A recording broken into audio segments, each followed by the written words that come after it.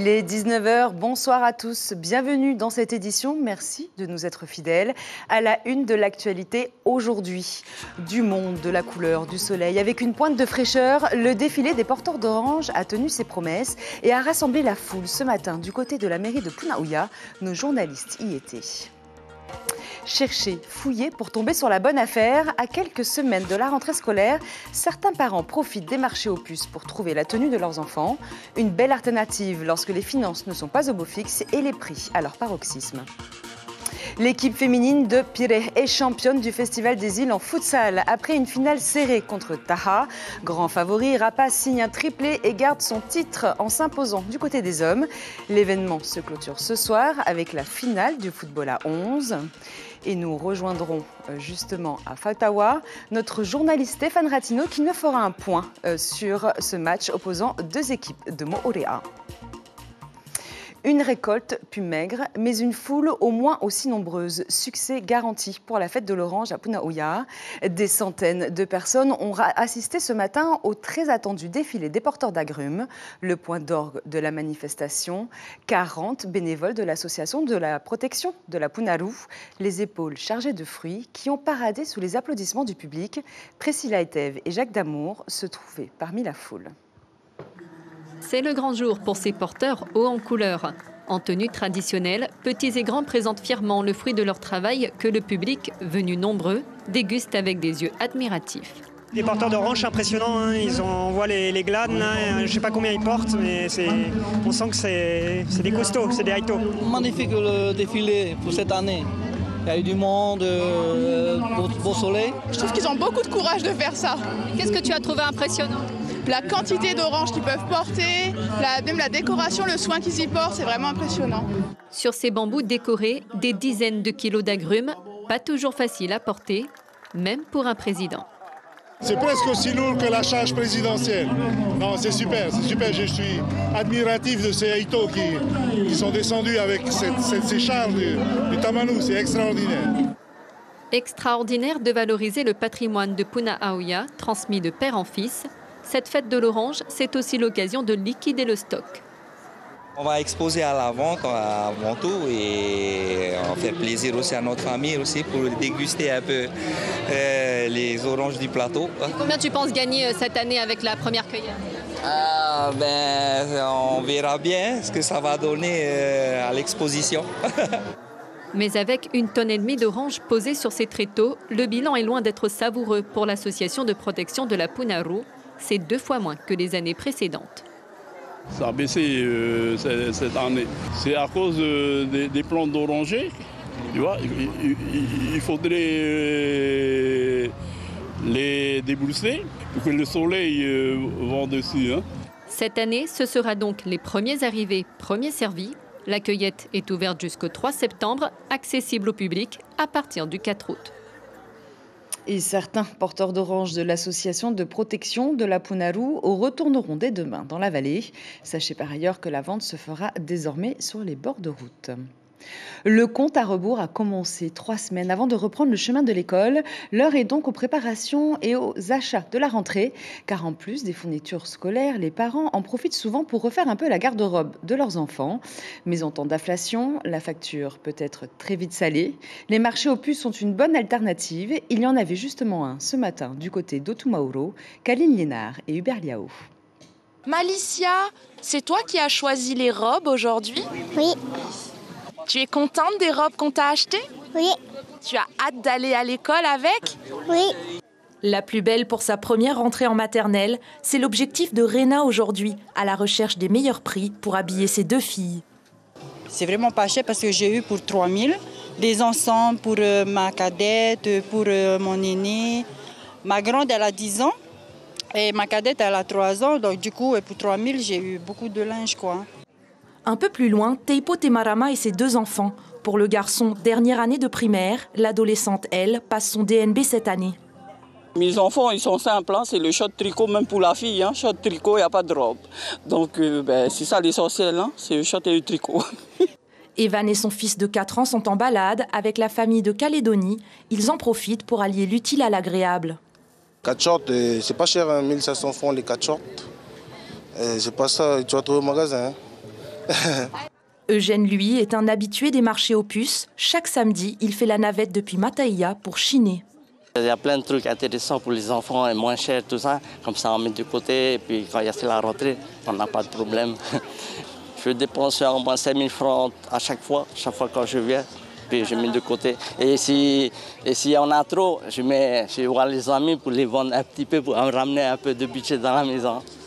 Pendant que certains continuent la course aux bonnes affaires tous les samedis ici, d'autres se préparent à faire le grand saut dans 3 semaines. À partir du 14 août, les élèves reprendront le chemin de l'école. Il est le nouveau ministre délégué aux Outre-mer. Une nomination qui, nous vous en parlions hier soir, a fait réagir les députés ultramarins.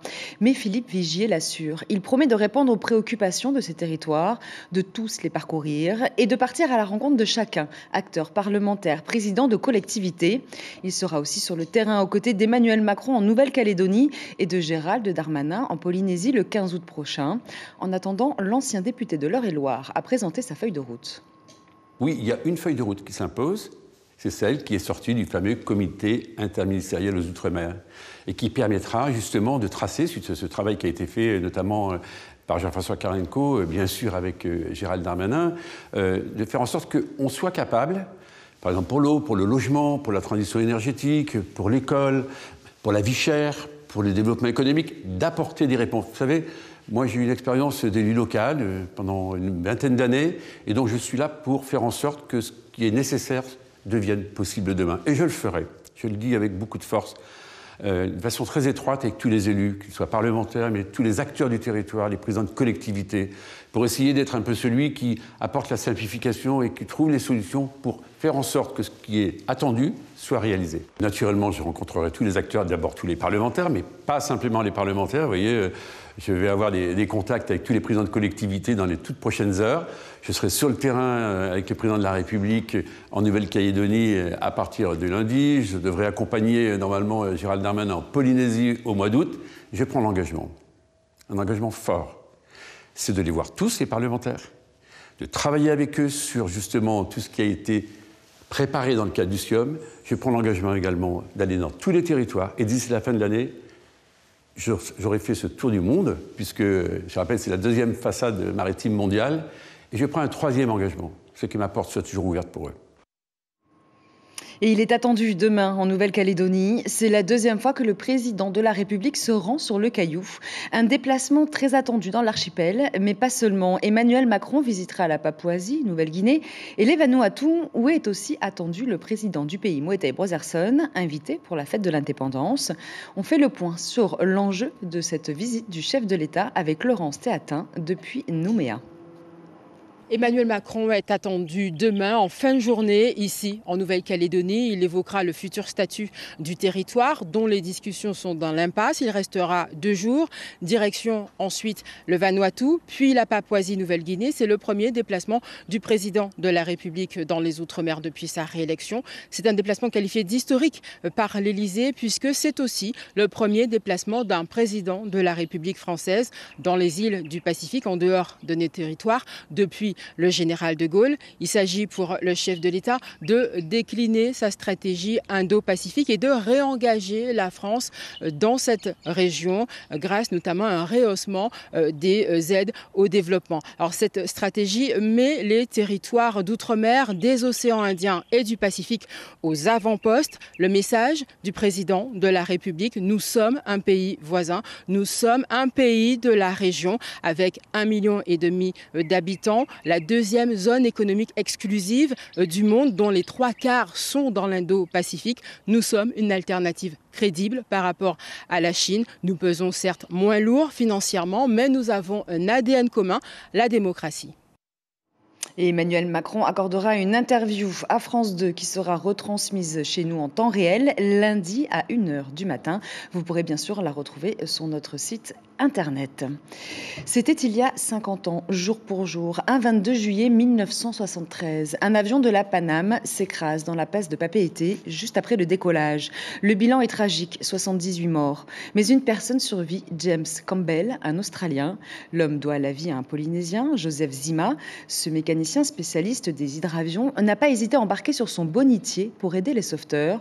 Ces filles ont bien voulu témoigner pour nous. Un reportage à retrouver sur notre site Internet.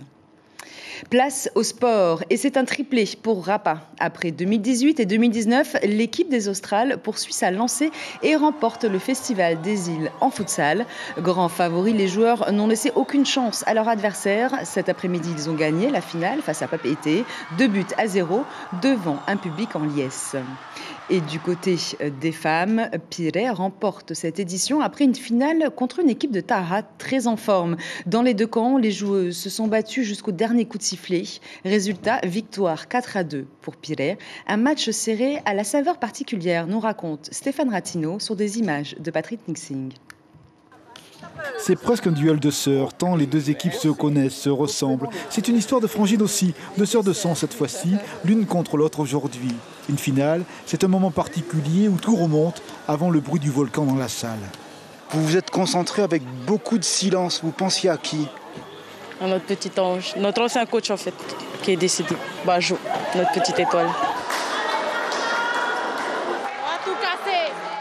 La salle gronde comme le Vésuve. La finale sera de feu. Pirée met d'emblée la pression. Sur la gauche, Crystal Vivich a de la technique. Elle donne le tournis à Taha. Mais à Taha, on aime le jeu d'échecs. Une seule action et bingo, 1-0. Le futsal, c'est du suspense à gogo. Pirée marque le coup. 2 minutes plus tard, la chevauchée blanche se replace. Mieux, la mise est doublée. La peur est passée. Ça m'aurait fait plus peur si c'était vers la fin. Là, il reste encore une mi-temps. Donc voilà, concentré, rien n'est joué. Ça peut aller très vite dans un sens comme dans l'autre. Mana est là. Ouais, il faut. Il est là, Barjo. Il est là, Barjo. Vous pensez que Taha pourrait remporter la victoire? Bon, difficilement, hein. Difficilement. Mais l'équipe de Taha a de la fierté. Les filles ne lâchent rien. Cette seconde mi-temps, c'est la leur. Elles tentent tout, marquent même. Mais à Pirée, on aime aussi le jeu d'échecs. Une contre-attaque pour sceller le score. 4-2. Le duel entre sœurs finit par un sourire. Elles ont bien joué aussi. Hein. Vous avez un bon jeu. Et nous, il nous restait juste le finish et un peu de défense, un peu de pas derrière. Sinon, c'était un très beau match. Toute la famille a gagné ce soir alors? Ah oui, toute la famille. Et je suis fière de jouer contre Taha. Pirée a une coupe. Pirée a eu son mana. Barjo depuis le ciel, peut-être fier de son équipe. Et le Festival des îles touche à sa fin et se termine en beauté avec la finale de football à 11, un match qui oppose deux équipes de Moorea. Nous rejoignons notre journaliste Stéphane Ratino. Vous êtes sur place à Fautawa. Où en sommes-nous, Stéphane ? Oui, bonsoir. Eh bien, ça vient de se terminer. Vous le voyez, ce trophée, il est magnifique. Il vient de Reatea. Eh bien, c'est l'équipe de l'AS Mira qui vient de triompher. Regardez, c'est les jaunes là-bas. Ils sont heureux. Ils ont gagné 1-0 contre leurs frères de Moorea. Une partie endiablée avec du rythme, avec du jeu.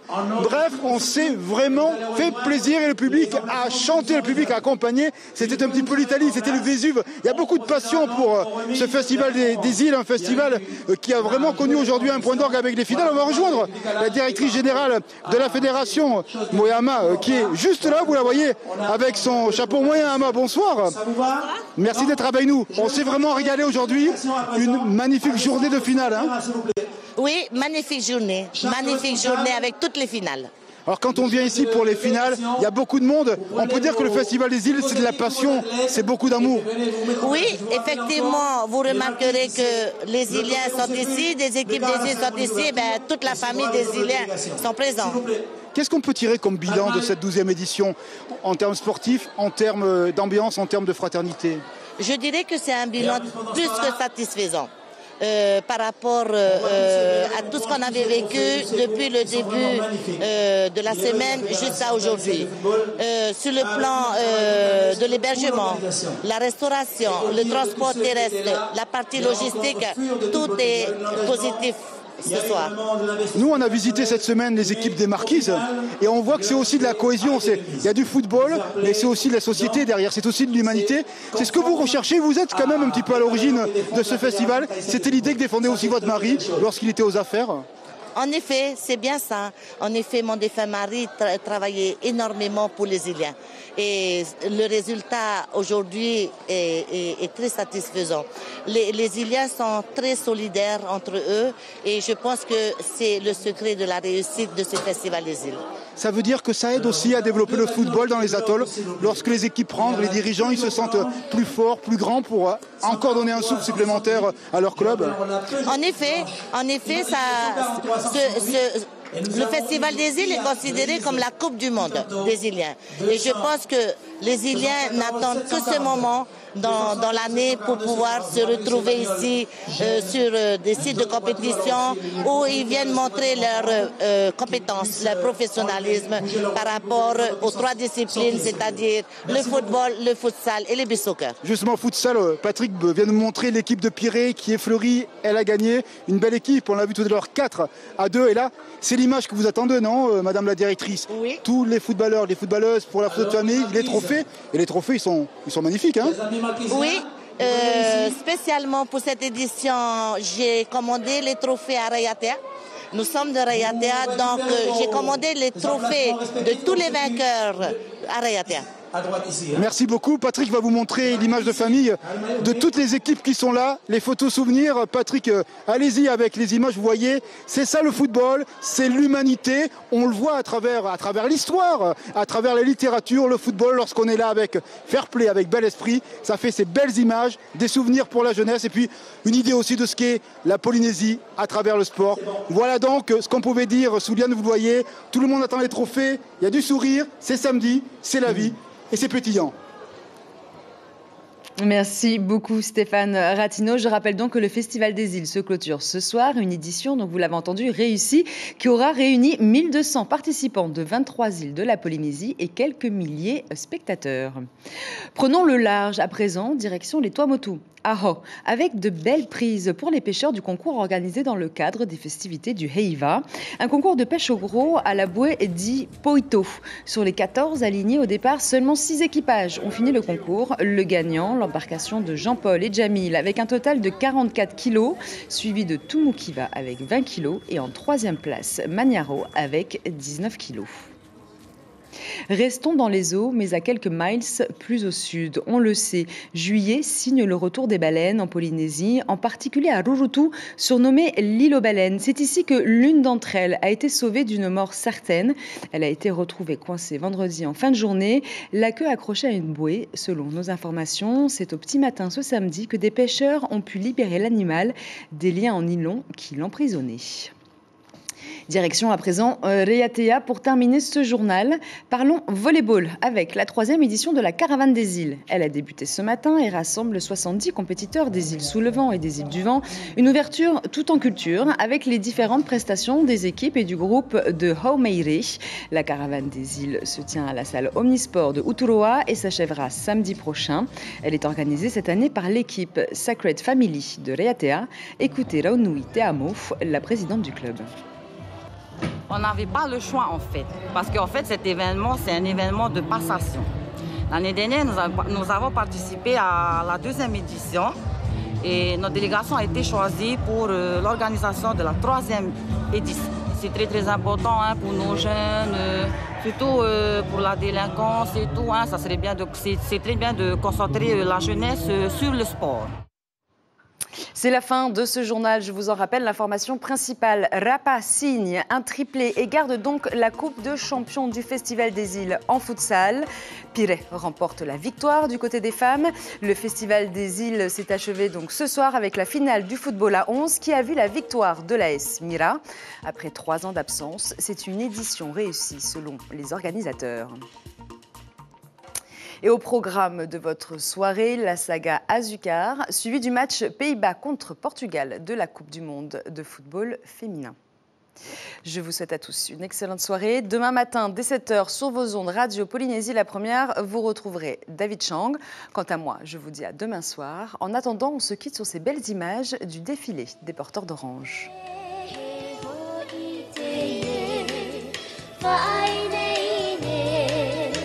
Mari punaru, tote tomorate anani, ini ate